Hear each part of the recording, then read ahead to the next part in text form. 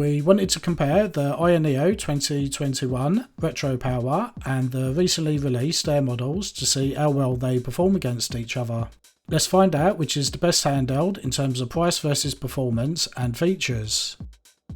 First, some brief details for each of the handhelds if you are not familiar with them. We have the OG AYANEO 2021. It has the AMD Ryzen 5 4500U CPU, running at 15 watts TDP, but it does go up to 25. It was the first handheld released by AYANEO and gave the GPD handheld some great competition. Next is the AYANEO Retro Power with AMD Ryzen 7 4800U CPU, running at a default TDP of 15 watts and also a 25 watts recommended limit. This is the Retro Power model, which is a themed AYANEO 2021 Pro, similar to the 21 model but with a faster processor. The AYANEO Air is the latest model to be released with an AMD Ryzen 5 5560U processor. By default it's at 8 watts TDP, but it does go up to 25. It has some great looking features including a 5.5 inch OLED display and RGB lighting. That's our three handhelds. Is a quick comparison of the specs to compare. The prices are from DroiX.co.uk and are correct at the time of recording this, which is August 2022. We will be running a series of benchmarks on each handheld. Most of them will be at 4 TDP levels, 8, 15, 25 and 35 watts whilst connected to a charger. We have seen in the past that the AMD processors generally do not scale up well past the 25 watts area, but to really push the handhelds we will be going up to 35 to see if there's any improvement. In addition to that, we will be doing some battery tests at 15 and 25 watts to get a battery life comparison. We have tried our best to make each benchmark on each handheld with the exact same conditions. Each handheld is running the latest Windows 11 with the AMD graphics version 22.8.1 drivers. The 2021 and Retro Power have 800p displays and the Air has 1080p, so we will be running at either 4K or 720p on an external monitor depending on the benchmark. This will give us an equal comparison. We will run each benchmark once and use that score unless there is a major anomaly in the results. With all the housekeeping out of the way, it's time for the benchmarks. PCMark is a series of tests covering day-to-day tasks from web browsing to image processing. For this benchmark, we run at 4K resolution to get an equal measurement of performance and at 25 watts TDP only for all handhelds. Despite this being the first in the video, we actually run this benchmark last as it takes 25 minutes to run to completion. We were a little surprised that the AYANEO Air come in first place. You will see why as the benchmarks progress. This can be due to a few things such as faster RAM and storage, which do help with the overall scoring. 3DMark tests the CPU and GPU to see how well they work together in video processing tasks. We are running at 4K resolution and at 8, 15, 25 and 35 watts TDP. The AYANEO Air initially starts off behind the 2021 model, but at 25 watts it does catch up with it. However, the 21 model does reach that score at 15 watts, which is quite a difference. The AYANEO Retro Power sees a far improved performance increase up to 25 watts. All three see next to no increase afterwards. For Forza Horizon 5 we are running at 720p on the lowest default graphic settings with unlocked frame rates. We are testing at 8, 15, 25 and 35 watts TDP.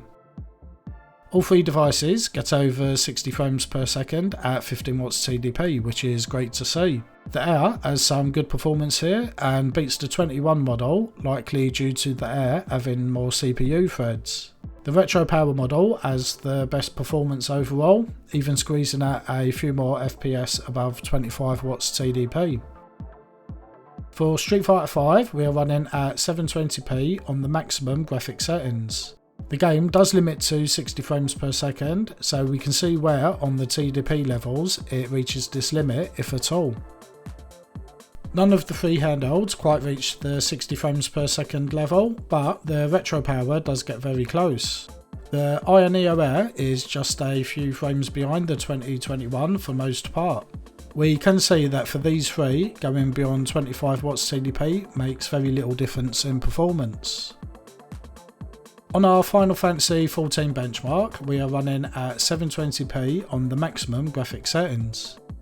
The AYANEO Air narrowly takes the lead over the 2021 at 8 watts TDP, but falls behind at 15 watts and above.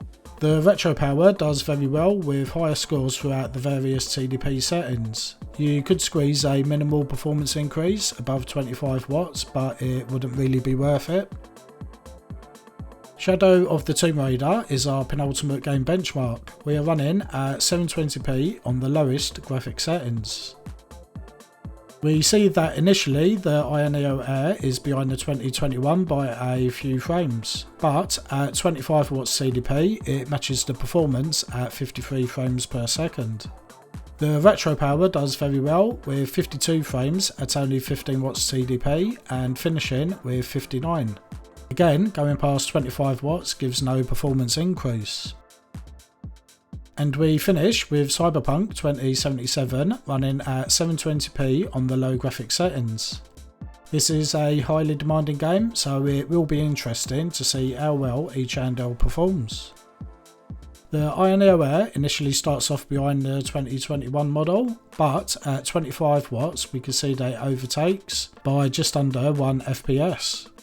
The Retro Power remains in the lead throughout, but not by as large a margin as we have seen on the other benchmarks.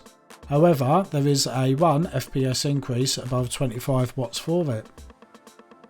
For the battery life tests, we are running the earlier Forza Horizon 5 benchmark over and over until the battery runs out and the handheld powers off. We are testing at 15 and 25 watts TDP for all three models.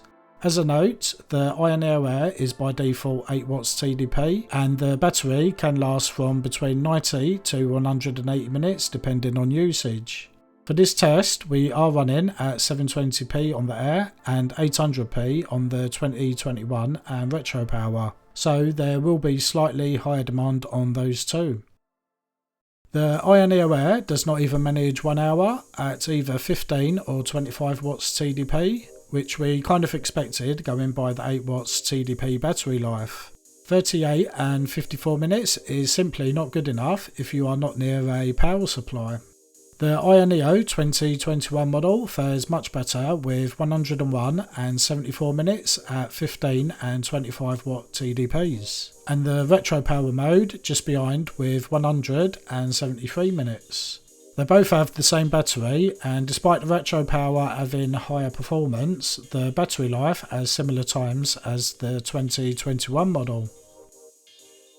We have collected all the benchmark results based on each handheld's 25 watt scores to summarise here. The AYANEO Retro Power clearly comes out on top with the overall highest results in the benchmarks, but it is also the most expensive, costing £350 and £200 more than the others. Is there a good difference in performance to warrant the extra money? Maybe if you simply want the highest performing out of the three. The Air and 2021 models have a bit of back and forth between the best benchmark results. It's roughly a draw overall. There is a price difference of £150, which is a fair amount and definitely worth taking into consideration. The elephant in the room is the Air's battery life. We see a difference of around double the battery life between them, which is unbelievable. It obviously lasts longer at the default 8 watts TDP, but even then the battery life is not great. The Air Pro model will cost £930, still lower than the 2021 model, and it will have a 38 watt larger capacity battery, but this would still not bring it quite in line with the other models. With the Air models, you do get an amazing 5.5 inch OLED display, smaller form factor and so on. The AYANEO 2021 still remains a decent handheld, but the Air and especially the Air Pro has a bit more going for it at a lower price. It's just that damn battery life that really puts us off. It's great if you're sitting next to a power socket, but bring some power packs if you plan to go anywhere that's longer than a bus journey. You can learn more about all three AYANEO models and order yours today at DroiX.co.uk for UK orders or DroiX.net for worldwide shipping. Let us know in the comments what you think of the benchmark results. What would be your pick of the three? And do let us know if you'd like to see more comparison videos like this in the future. That wraps up this AYANEO comparison. We hope you have found it useful. Please subscribe if you have not already, as it helps grow the channel and we can keep reviewing and making videos like this. Thanks for watching, and we hope to see you back in the next video.